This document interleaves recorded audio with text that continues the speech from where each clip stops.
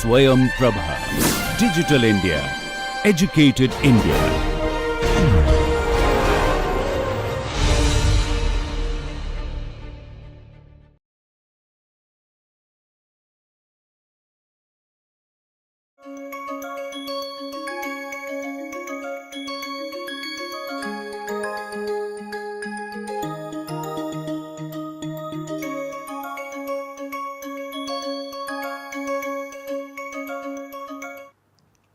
Welcome.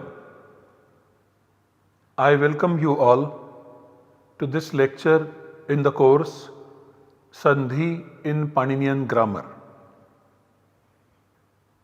In the previous lecture, we started explaining the aims and objectives of the course, and we covered some topics, and we also discussed about some of the aims and the objectives of this course.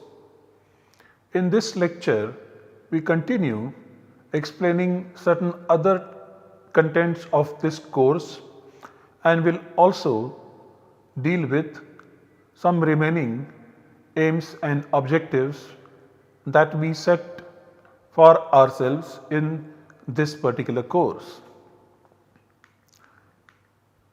So,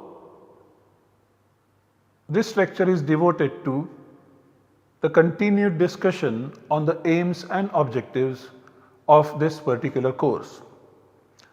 Like previous lecture, here also we take some data for our analysis purpose and for the explanation of the concepts related to sandhi and for the contents of this particular course. Here is a very famous verse from Srimad Bhagavad Gita, which is often quoted when one wants to explain the concept of Karma Yoga in the Srimad Bhagavad Gita. And the verse reads like this: Karmanyevadhikaraste ma phaleshu kadachana ma karma phala heturbhur mate sangostva karmani. And I'll read it slowly for you. Karmanyevadhikaraste ma phaleshu kadachana ma karma phala heturbhu mate sangostva karmani. So when this verse is to be analyzed and its meaning is to be determined, the first step that any student of Sanskrit does is to separate the padas which are joined together in the form of this particular verse. And even while pronouncing, we do not pronounce the words separately, we pronounce them together with the euphonic combinations which are the result of the combinations of these words or padas. Thus, karmanyevadhikaraste ma phaleshu kadachana. In this line, there are some words which are combined together, and as a result, some euphonic combinations, some changes in the sounds have happened. And while reading this particular line in a flow as part of the verse, we read this entire line together with these euphonic combinations, together with these changes. Similarly, ma karma phala heturbhur mate sangostva karmani. Even here we do the same thing when in a flow, when we recite the verse, when we pronounce the entire line, we do it with the euphonic combinations, the changes that have happened in the sounds because of the combinations. We utter them together. It is a different matter altogether that while pronouncing this entire line and similar lines and sentences, if we keep in our mind the constituents of these combinations, it makes the reading far more fruitful. That is a separate matter altogether, which we shall discuss later on in the course of this lecture. Suffice it to say that if this is the data, and if as a first step towards making the meaning of this particular line, we segment the data into its constituents. As a result, we remove the euphonic combinations, we remove the sentential effects, and we separate the words and put them in their own form. Otherwise, by breaking the same line into different constituents, one makes different kinds of meanings and very funny meanings as well. In a very funny anecdote narrated in one of the Marathi stories, a small boy who listens to this particular verse comes home complaining to his parents as to why they are fighting on account of action on and in between the road, because he splits the components of the first line in different ways according to the Marathi samskaras, the Marathi combinations. But when we do the segmentation as far as Sanskrit language is concerned, we get the following constituents: karmani, karmani eva adhikaraha te ma phaleshu kadachana ma karma phalahetuhu bhuhu ma te sangaha astu akarmani. This is how the same verse is segmented into its constituents. If we take a look at the verse quoted in the earlier slide and its analysis provided in the next slide, we could see the difference. And on this slide, the letters are marked in red to highlight this particular difference. For example, karmanyevadhikaraste. In this string, nyeva and ste, these are marked in red. What this amounts to say is that this karmanyevadhikaraste is segmented into several constituents, and these are the points where the segmentation happens. These are the points where letters are split into different parts, and these different parts in fact amount to different segments that are present in the language. For example, karmanyeva, if we take this particular part, then we see that this karmanye, this nye, is split into karmani and eva. So karmani and a. This nye is segmented into ni and a. Similarly, this vadhikaraha, this va is split into va and adhikaraha. Similarly, this adhikaraste is split into adhikarah and te. Then ma phaleshu kadachana, there is nothing, no segmentation. That's why nothing is shown in red ink. Then once again you have ma karma phala hetur bhur ma. So here these three red letters, they are segmented into karma phala hetuhu, one, bhuhu, second, once again ma over here. Then sangostva karmani, this sangostva, this is split into sangaha, astu and akarmani. So this ngaha and this is the result of o, and this stu and is the result of stva. So sangostva karmani consists of these three constituents, sangaha, astu and akarmani.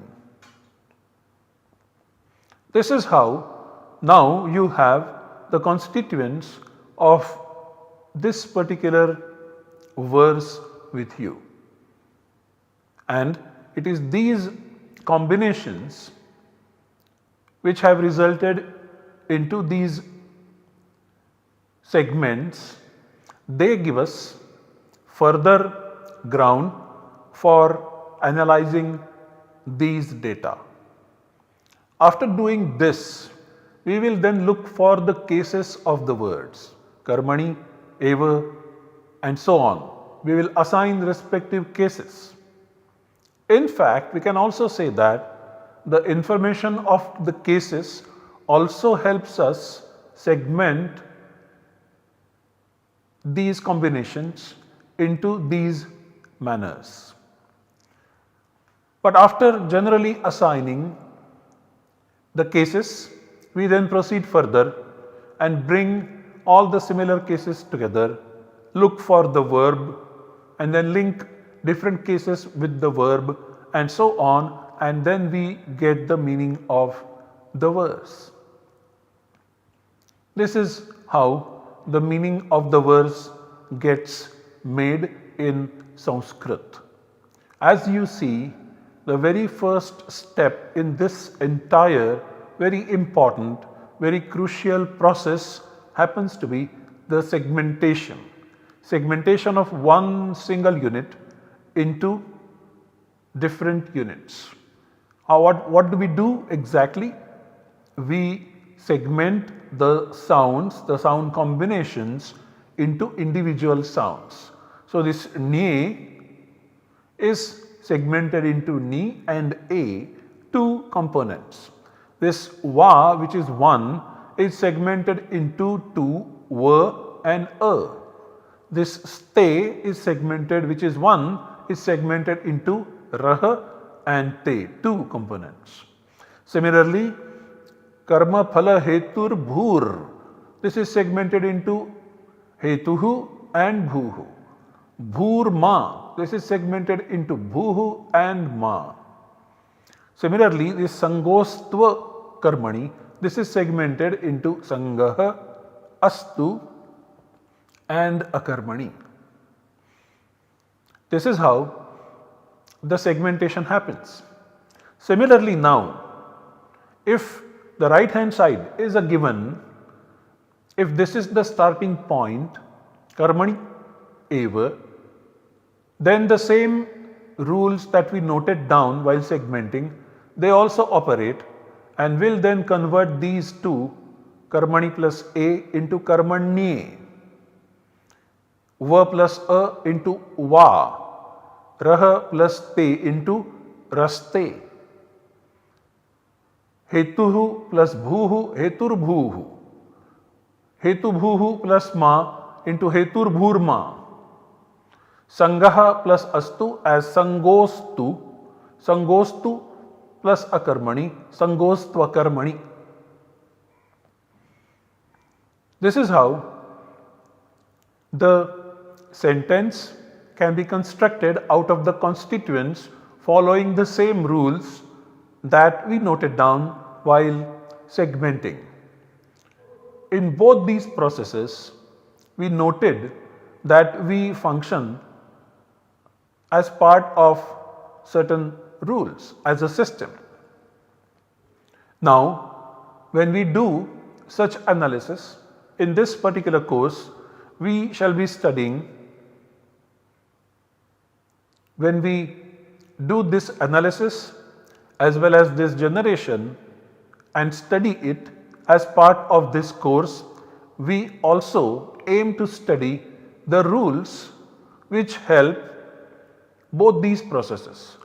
The rules are stated by Panini in his own grammar, and our aim is to understand also the rules along with these phenomena, these combinations. We have also stated that this final product, which is in the form of a combination, as far as a verse is concerned, this is made up of these constituents, and these constituents, although are in the form of sounds, they are not randomly created or generated. There happens to be something strong at the back end which can be considered as the cause for this output, this final sentence production or the sound production, and that is at the level of cognition, which is also described in the process of speech production described in the Paninian Shiksha. So, the cognitive level is extremely important, and we propose to also provide the cognitive explanation of the sandhi. These sandhis, we say, is part of the Shabdakasha, which is located in the intellect, and as a result, in the intellect, when this sandhi or these combinations are made out of the components which are selected for the expression of the meanings which are part of the Arthakasha, then the actual process of the speech production happens and such sounds are produced in these combinations. We will also stress the importance of the factor of vivaksha, namely the desire to speak, which plays a very crucial role, a very important role in the overall process of speech production, but also in the process of doing the sandhi, which happens only at the end as far as the generation is concerned, but which happens at the beginning when the segmentation is concerned. We will also deal with the concept of cognitive sandhi, which is very important, where in the cognition the Shabdakasha consists of elements which are joined together, which results in the actual speech production in a combined manner. We will also talk about such a sandhi of cognition, which is a very novel concept and unexplored and requires some difficult passages to be also deciphered and interpreted. Similarly, there is also the sandhi of meaning, which is playing a pivotal role as far as the sandhi of the sounds is concerned. We argue that the sounds which undergo certain changes in the actual speech, and as we have seen, while generating the sounds, these changes happen only at the final stage, at the finishing stage of the overall verbal form. We also note that the cause of all this particular sound production process happens to be cognition as well as the cognition of the meaning. And there is also the sandhi that is happening in the meaning, which is the cause for the result in the form of the combination of the sounds which generate this sandhi. This cause and effect relationship will also be dealt with in this particular course in some detail. Apart from the cognitive explanation, coming back to the sounds that are actually produced, we will also look at the derivation of the sentence, which also can be explained cognitively in the form of the derivation of the sentence in the Shabdakasha, depending on the Arthakasha as well. The derivation of the sentence will also take into account the compositionality of Artha, namely the meaning, and Shabda, sound, and also the Swara. Sandhi, which happens only at the last stage of the derivation of the sentence, is an indication of the non-compositionality of the unit, because when the verse is pronounced, when the verse is recited in full flow and considers the entire verse as one unit. Karmanye vadhikaraste ma phaleshu kadachana.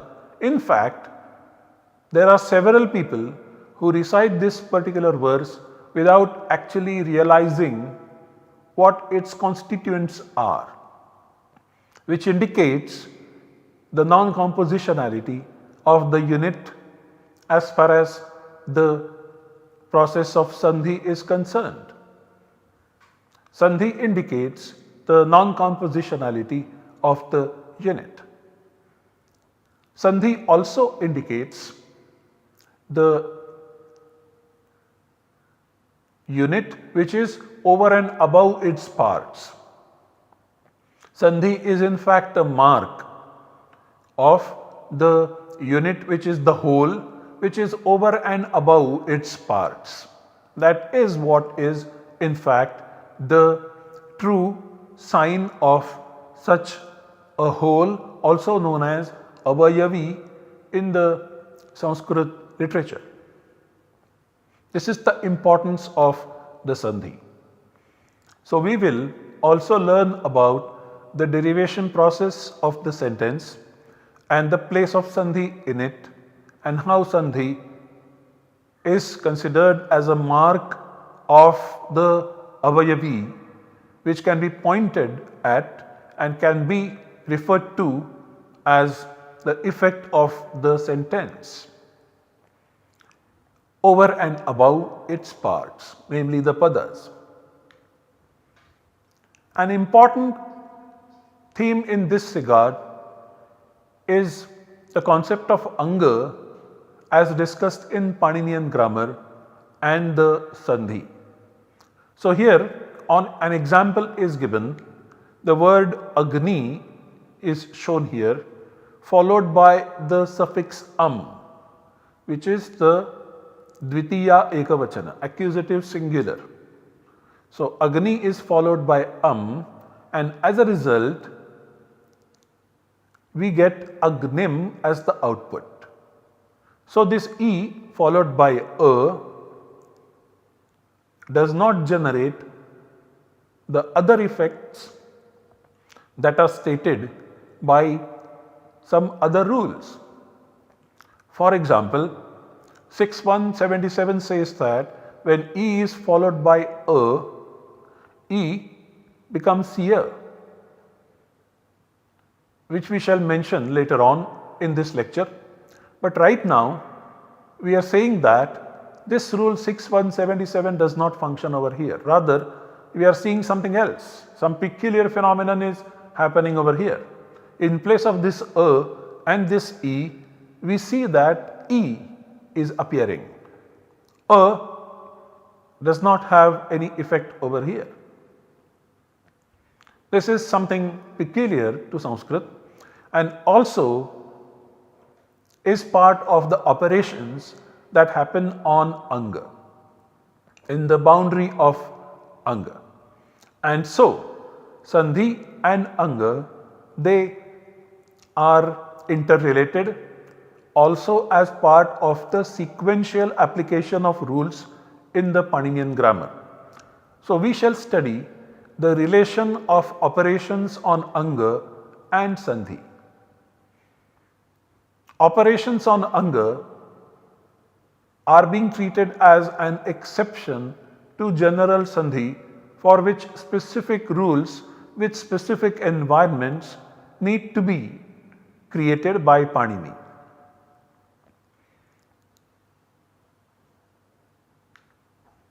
Similarly, swara or accent and sandhi is an important topic that we shall discuss in this particular course. Once again, we take the example of Agni plus and this is taken from the very first Richa of the Rig Veda, Agni Mire Purohitam, and we have Agni finally Udatta, Antodatta. So, A is Anudatta and is Anudatta. Now, on the basis of the sandhi that was shown earlier, where E and A and the resultant form is E, similarly, E Udatta and A Anudatta and the resultant form is E Udatta. This is very peculiar and all rule bound. So, Panini had to devise rules to account for the accents, the swaras, on the basis of also the sandhi. So, sandhi and swara, they are interrelated. We shall study this particular aspect in detail in future course of this lecture. We shall study this aspect in detail in this particular course. Similarly, the dynamics of the swara, which is dependent on the accent, notably also the pada accent as well as the vakya accent, will also be studied. Sandhi is an input to swara, to the derivation of accent, which will also become an interesting topic to study. The other important part is the meaning of the sutras. How to make the meaning of the sutras dealing with sandhi. The adhikara sutras which deal with sandhi, what are they? So, Samhitayam is one such adhikara sutra which is stated in 6.172 and also 8.2.108, which deal with primarily the sandhi. We shall study this adhikara sutra and the meaning of it and the concept of samhita in detail. Similarly, the role of pratyahara in the sutras dealing with sandhi is also equally important topic to study. For example, we have Iko Yanachi, in which there are 3 pratyaharas which are used. We shall study this aspect as well, and we will also make the meaning of the sutras. Similarly, the place of sutras dealing with sandhi in the Ashtadhyayi is also an important topic to study. The sections in which the sutras dealing with sandhi are placed, they are in some typical adhyayas. Some parts of the sandhi rules, they are placed in the tripadi, which is asiddha, and some part of the sandhi rules which are placed in the sapada saptadhyayi, and this interaction, this needs to be studied closely, which we shall do in this course. Significance of the place where these sutras are mentioned, we shall study it from textual point of view and also from systemic point of view. When the sutras dealing with some kinds of sandhi appear in the tripadi section, in the final 3 padas, they are to be operated only at the end. So, what happens to the other sutras and what is the significance of these sutras in the tripadi section and how do they apply sequentially? These topics will be studied in this particular theme. The evaluation that will be done in this course will be based on these points, 3 points. Analysis of sandhi, a particular given text is given and the sandhi needs to be analyzed. The segmentation is expected following the rules of sandhi that are learned.